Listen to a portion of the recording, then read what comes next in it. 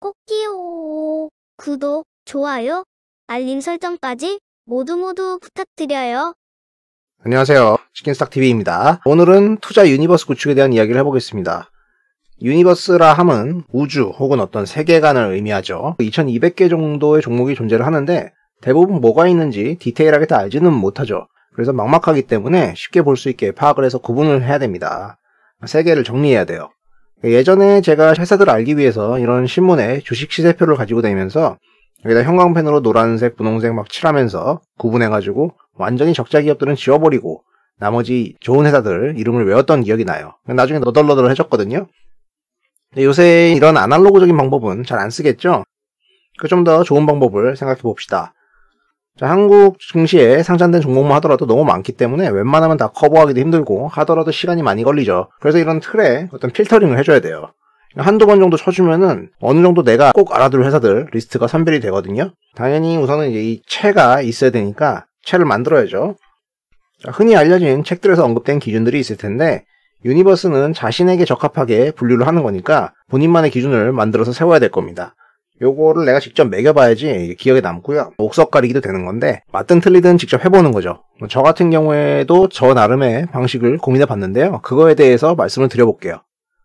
저는 세 가지 부분에서 회사를 평가하려고 했습니다. 그리고 요걸 다 합쳐가지고 총점을 매겼어요. 한 항목당 0점에서 3점까지인데요. 일반적으로 노멀하면 2점에서 플러스 마이너스 되는 식입니다. 결과적으로 토탈 0에서 3점이 나오면은 유니버스 제외, 투자 대상으로는 보지 않는다. 4에서 6점 정도 되면은 티어2 볼만한데 상황을 좀 타니까 매매가 좀 필요하다. 7점에서 9점 정도 나오면은 티어1. 요건 이제 우수한 기업들이니까 장기 투자나 비중을 높일 수 있는 대상으로 고민을 해보겠다. 마음을 먹었습니다. 그래서 제 나름대로 1부 리그, 2부 리그를 나눈 거예요. 각각의 항목들은 이름 대비는 조금 러프하게 구성이 돼 있거든요. 이게 한 단어로 표현이 돼 있지만은 설명이 넓고 애매한 부분도 있는데 이거는 제가 한 방식이니까 여러분들도 자기 나름의 구분 항목을 생각해 보시면 될 것 같습니다. 그리고 그 항목의 플러스 요인과 마이너스 요인을 잘 생각해 보는 거예요. 첫 번째는 성장성입니다. 당연히 산업의 성장성이 제일 우선일 거고요. 고성장 산업은 3점, 저성장에서 사양 산업이다 그럼 0에서 1점 이런 식이 되겠죠. 산업으로도 보고 기업적으로도 생각을 해보는데 어차피 기업의 성장성은 그들이 속한 산업을 타긴 하지만은 같은 산업 내에서도 유난히 더 잘하는 친구면은 가점이 생길 수도 있겠죠. 당연히 매출 위주로 평가를 하는 겁니다. 어차피 매출의 하위단이 영업이익이죠.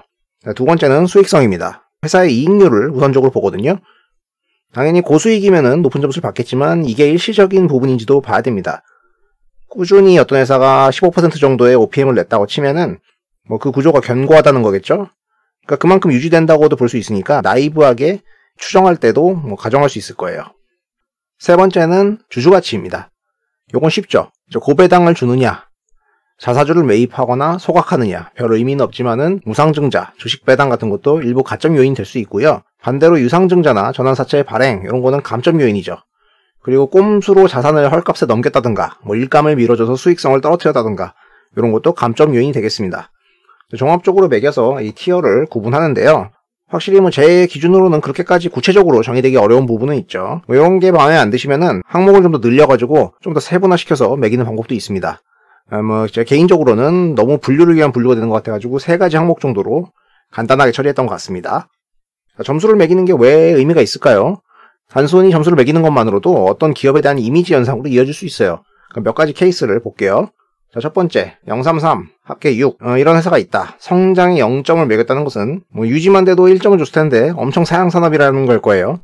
근데 수익성은 3점을 줬다. 그럼 뭔가 고정 마진으로 확보된 비즈니스를 하고 있다는 거고 그 정도 수익성으로 해서 사업을 해가지고 주주에게 크게 배분하는 이른바 저성장 회사라고 구분할 수 있겠습니다. 두 번째, 302, 합계 5점. 3이라는 말은 매출액이 엄청 성장할 수 있는 그런 회사인데 수익성이 0, 현재는 적자만 나고 있는 회사들. 주주가치는 2점 정도면은 그냥 보통. 요런 회사는 요새 전형적인 컨셉 회사들이죠. 이른바 신성장 회사들, IT 테크 기업이나 바이오 회사들이 이런 형태가 될 것 같고요. 세 번째 112 합계 4점. 어느 정도 저성장인 것 같은데 수익성은 좀 상황을 타가지고 오락가락 하는데 적자는 아닌 것 같고 주주가치는 평범하다라고 하면은 대부분 어떤 경기를 타는 시크리컬 회사들이라고 평가할 수 있겠습니다. 마지막으로 332 합계 8점. 이런 거는 뻔하죠. 티어 1 장기 투자에 적합한 대상이다. 이렇게 점수를 매기다 보면은 어느 정도 구분이 돼가지고 나한테 이미지로 회사들이 각인이 될 거고요. 특정 업에 있는 회사들은 거의 비슷한 점수가 나오는 특징도 있습니다. 자, 요거는 이제 실제 적용 사례입니다. 시가총액 순으로 제가 매겨놓은 건데, 섹터 구분, 어떤 제품을 위주로 파는가, 그리고 그 뒤에 점수들을 매겨놨죠. 티어를 구분되게 해놨고요. 개인적인 욕심이 있어가지고 추가적으로 뒤에다가 동그라미 세모 X로 트래킹 여부, 내가 이 회사를 어느 정도로 추정할 수 있는가, 그 팩터는 무엇인가, 이런 것도 넣어봤습니다. 자, 이렇게 해서 앞에 표처럼 기입을 한 다음에 함수로 끌어와서 카운트를 하면은 대충 이런 식으로 정리가 되죠.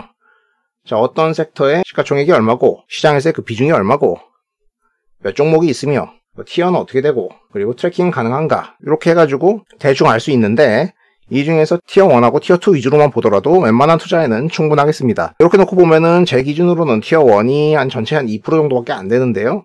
한국에서는 어느 정도 장기 투자보다는 이제 분기나 연간 정도 보고 트레이딩 바이 하는 게 더 현실적이라는 판단에 도달할 수도 있겠습니다. 자, 보다 세부적으로는 이런 식으로 소섹터로도 구분이 되겠죠. 여기 다 만들어 놓고 나면 되게 뿌듯한데요. 이걸 만들려면 시간이 너무 오래 걸리기 때문에 처음 하시는 분들은 좀 여유를 두고 해야 돼요. 너무 열의에 차가지고 시작하면은 금세 지치거든요. 그럼 나중에 안 하게 돼요. 그러니까 일단 시작을 했으면 끝을 내야죠. 약간의 팁을 드리자면은 어떤 특정 섹터를 정해서 거기서부터 하나씩 없애가는 게 좋습니다. 저 같은 경우는 종목이 적은 섹터, 그런 데부터 파악해가지고 없앴어요. 그러면은 처음에는 이게 미분석인데 미분석이 삭삭삭 사라지거든요. 요 재미있었거든요.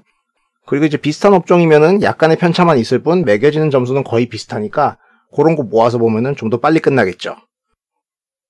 자, 이렇게 구분된 티어는 주기적으로 축구리그도 승격과 강등이듯이 업데이트를 해주면 됩니다. 회사 내용이 바뀌면은 이제 티어도 바뀔 테니까요. 근데 너무 자주 이걸 하는 건 힘드니까 보통 분기나 반기 정도에 밀어가지고 한꺼번에 처리를 합니다.